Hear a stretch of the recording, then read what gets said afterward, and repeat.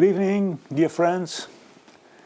Tonight we are going to try to shed some light on what is perhaps the most important issue of our time, and which is so differently considered by philosophers and non-philosophers alike, but which Theosophical divine wisdom already solved ages ago. What is it all about? Do we have free will? Do we determine what happens to us? Are we free in our choices? Who or what defines our destiny? Some argue with great firmness that we are not free to do so. Everything is already fixed in our DNA, so they say. The hereditary material is received from our parents and determines who we are and determines our destiny. Others refute it or nuance it somewhat. We can make free choices within certain limits, they think. Curiously, this viewpoint is actually hardly different from that of the old church dogmas. There are those who claim that God has determined everything, even whether we are saved or doomed, and less strict believers grant men a little more freedom. So really the idea that everything is determined by our genes is old wine in new bags. The word God has been replaced by DNA, and the rest remains the same. Right at the beginning of this talk we will give our answer to the questions of who or what determines our lives. Our answer is we ourselves do it. But that raises another question: what or who is ourself?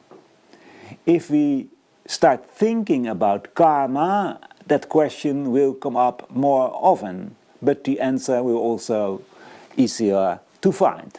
Well, if we want to see who or what a human being actually is, we cannot separate it from the cosmos, of which the human being is a part. All the potencies and powers and abilities that are present in the cosmos can also be found in man. Man as a microcosm, a copy in miniature of the macrocosmos. We are going to explain that, and with that we hope that you will come to see that we have not strayed from our main subject, but that it helps us to understand what we are and that we determine our destiny. It helps us if we know something about the relationship between man and cosmos, for that relationship has everything to do with who we are and why it is that we ourselves determine our destiny. First of all, we must ascertain that man is a being in which there are different forces. We usually speak of principles of consciousness, but even better would be to think of a human being as a stream of consciousness, in which there are several monads. And a monad is the center of consciousness, which is essentially boundless. There are infinite possibilities, infinite fields of consciousness in the monad. Not every monad, however, has enfolded those possibilities in the same way. And that's why monads differ. They differ in the way they express those inherent powers within them. If we talk about human beings as they generally manifest today on this planet Earth, and of course there are differences among human beings, but let us take a kind of average, we can say that there is a great deal we have not yet developed compared to the monads who are more advanced than we are and who possess spiritual or divine consciousness. We, humans on Earth, are a reflection of those more advanced beings. We are a corollary, a ray of them. So we are connected to those higher beings.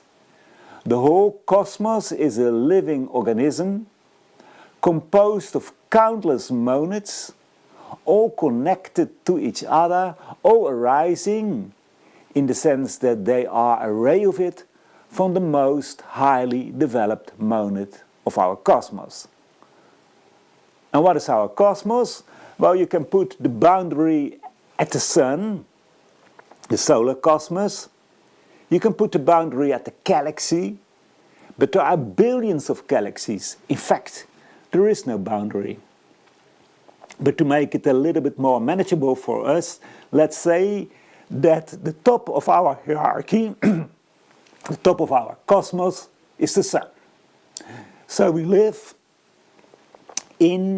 are a part of the solar being. We are part of the solar consciousness. The farthest developed monads of our hierarchy, what you might call the solar deity, and you see immediately that we are not dealing with an extra cosmic almighty God, because we know that there are trillions of suns, and most importantly, we are part of the solar system. Now, the solar system is not only that what we can perceive with our senses, because that's in fact the garment, the vehicle of the sun. There are different layers, different worlds, all different in ethereal degree of that sun. Think of the whole solar system as a gigantic web, a web of destiny, a web of life. See those trillions of threads in all sorts of areas of the cosmos, the physical realm, perceptible to our senses, but also the astral or the sentient realm, the mental, the spiritual, yes, even the divine realm, a gigantic web of destiny. Each thread is in itself also a web, a living being, with countless visible, but above all, invisible threads, connected to other threads, and to the great whole. In all realms, physical, astral, mental, spiritual, and divine, everything is interconnected. We just told you that man is a stream of consciousness in which there are different monads. There are monads in the divine, in the spiritual, in the mental, in the astral spheres. So man, as a stream of consciousness, lives in all those spheres of the cosmos, spheres that differ from each other in ethereal degree. And between all these different layers in the cosmos, and therefore also in man as a microcosmos, run connections, are veins of life, so to speak. Everywhere there is exchange of energy, exchange of life, of consciousness. There are trillions of webs of life that are all part of the cosmic web of life, and they are therefore all inextricably interconnected. Try to make a mental picture of this unity, this living organism. Try to see how everything is connected. Well, suppose that a being performs an action. And let us limit ourselves to humans on this planet Earth, so as not to make it too difficult. So a human being performs an action. Then what happens? A vibration occurs in the web of destiny that this human is. But that web, that human being, is part of the larger web. Let us call it the web of planet Earth, equally a living web, which in turn is part of the web of the sun, the solar being. In fact, that action brings the entire cosmic web into motion. And of course, with a minimum effect for the totality, which after all consists of billions and billions of beings, but nevertheless, a certain cause is created in the cosmic web. and you know that web consists of countless beings. Man cannot be separated from the cosmos. As Paul also says in the Bible, in it we move, we live, and have our being. Exactly as an atom or a cell in your body moves and lives and has its being in you, so we live as an inseparable part in the cosmic web. We move in it, we live in it, we have our being in it. And just as a cell has its influence on the whole body of a human being, so a human being, which you can call a living cell or a living atom in the cosmic being, has its influence on the totality. His actions affect the entire cosmic web of destiny. The effect of that act will have the most impact on the beings living closest to the one who initiated the act. The effect diminishes the farther you are from the act. At some point, however, after a short or long time, the turbulence caused by the act will have to settle down again. Equilibrium will have to be restored. Let's bring another metaphor, a pond. Let's compare an act to throwing a stone into the water. There is movement in the water. The drops of water move away from where the stone hit the water. Most of the turmoil occurs near the spot where the stone hits the water. But the waves will extend farther and unbalance the poisoned water until the effect is gone and calm returns, so to speak. If you think about this more deeply and realize that in just one day a human being performs thousands and thousands of actions, thus setting in motion thousands of times the universal web of destiny, and receiving the consequences of that, then it will slowly dawn in you what karma is, and that it is you, yourself, who determines what happens to you. You will also begin to see that karma is not something outside of you. You are your own individual web of destiny, part of the greater web of destiny. So that web of destiny is yourself. You are your own karma. There is no such thing as me and my karma. You are your karma. Because of centuries of wrong education, wrong view on life, Western man who gets to know the concept of karma tends to assume that karma is something outside of him.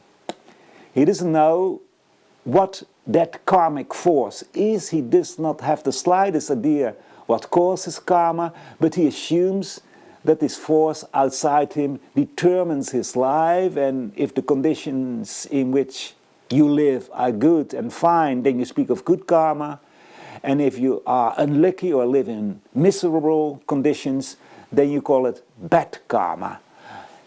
This is definitely not our view. It is not the Theosophical view. There is no good karma. There is no bad karma.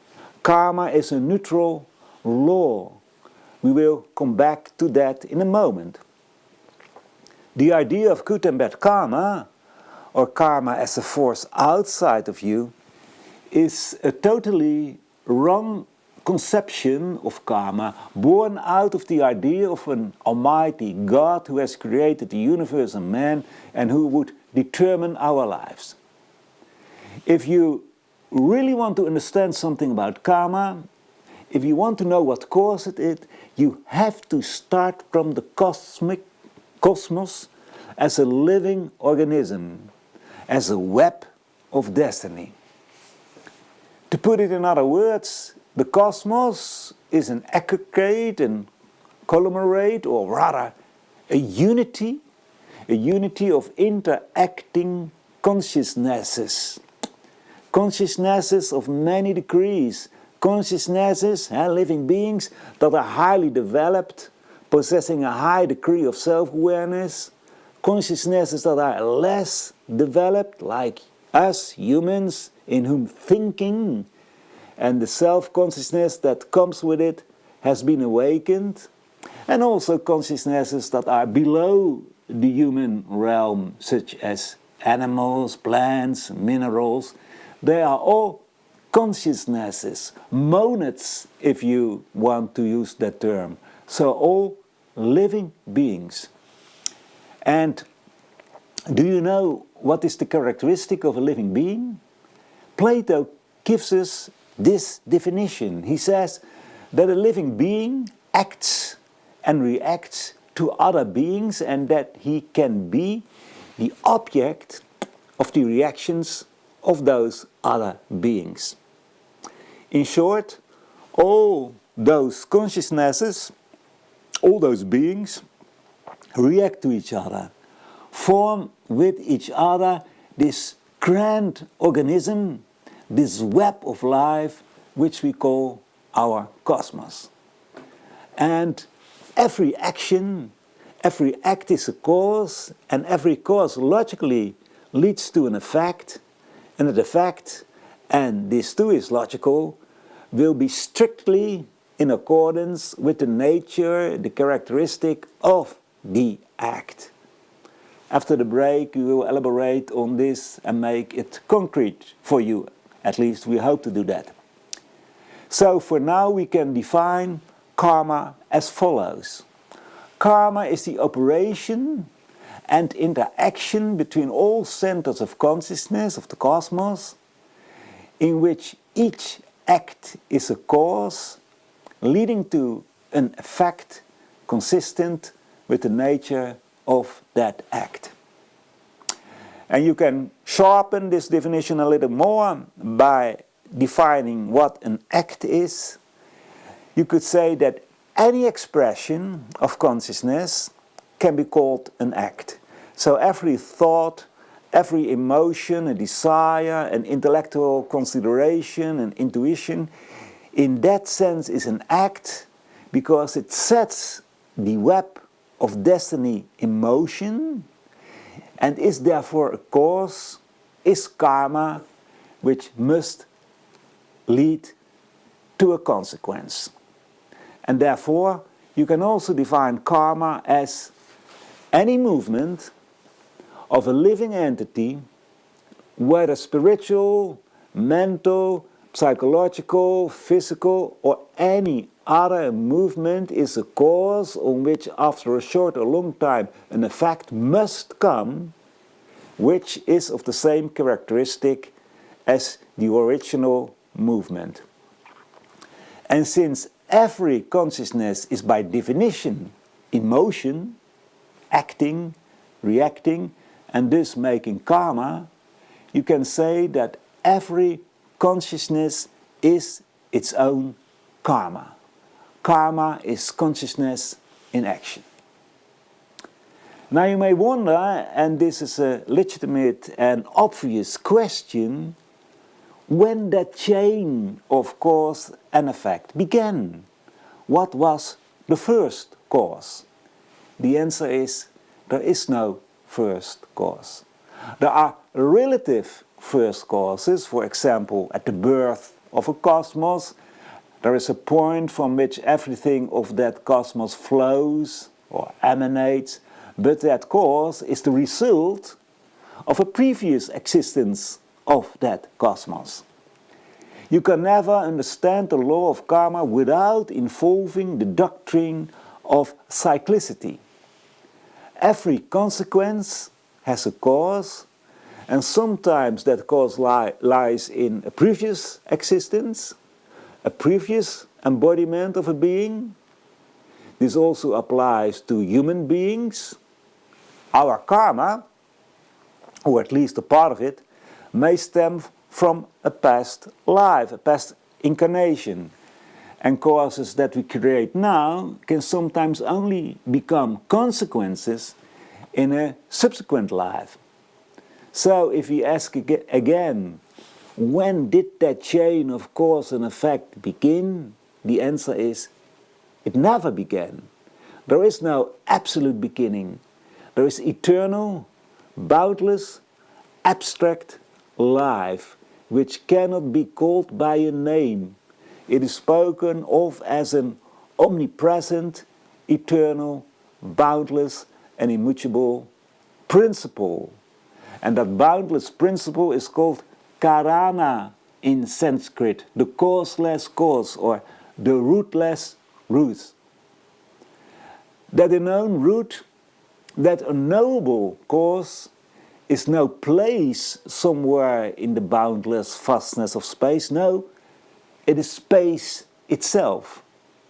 And in that boundless space appear worlds, universes, monads, beings, consciousnesses, give them the name you like, and once there is such a universe, there are living beings, then there is a web of destiny, there is a cosmic web, a living web, and in that web are smaller webs, trillions and trillions of highly and less highly evolved beings interacting, cooperating with each other, growing in consciousness thanks to and with each other, and all this is karma.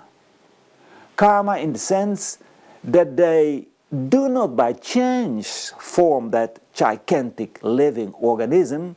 No, they have on the basis of previous created causes an attraction to this organism, this living cosmos.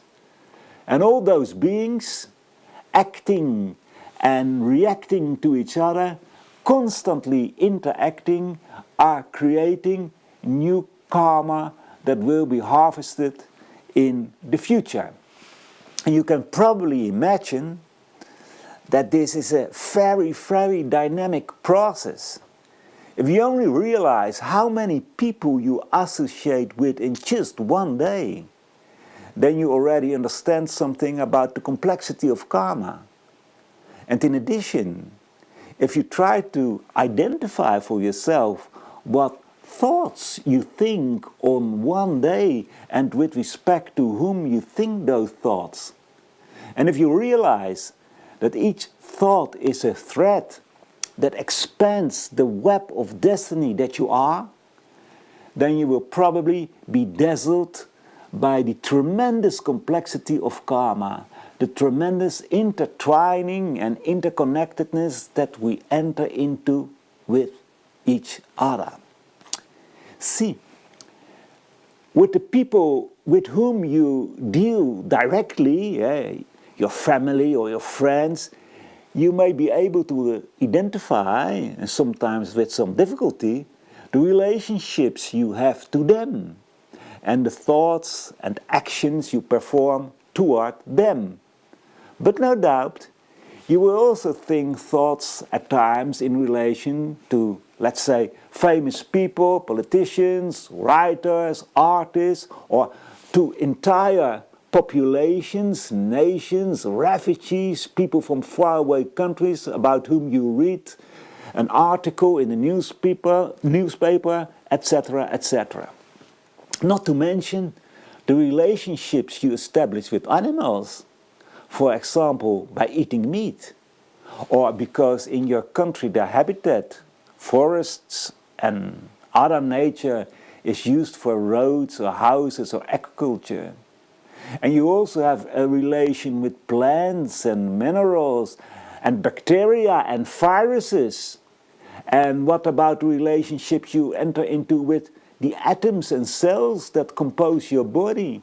The life atoms, as we call them, because those little building blocks are living beings as well. And the thoughts you think, for thoughts too, are living beings. And of course, the relationship with the lower kingdoms of nature is different from human to human contact, but nevertheless, there is a bond. See how all the threads form into an intricate tangle in which you can see no beginning and no end. So many relationships, but you entered into all of them. Nobody forced you into them. It's all karma. And therefore, one of the masters of wisdom and compassion, and these are human beings far ahead of the majority of men, said that karma is Atman. Atman is the core of man, the self of man. In fact, it's the core of the self of the whole universe, the top of this universal web of destiny. In other words, you have to rise to the highest realm of consciousness, to the divine realm of consciousness, if you want to understand the workings of karma. Then you will know why you reap that one consequence, a consequence whose cause is from a past life. Because, as we just have said, karma cannot be understood without reincarnation. They are twin teachings. More on that after the break. On the other hand, the principle of karma is so very simple that even a little child can understand it. Whoever does good meets good. What goes around comes around.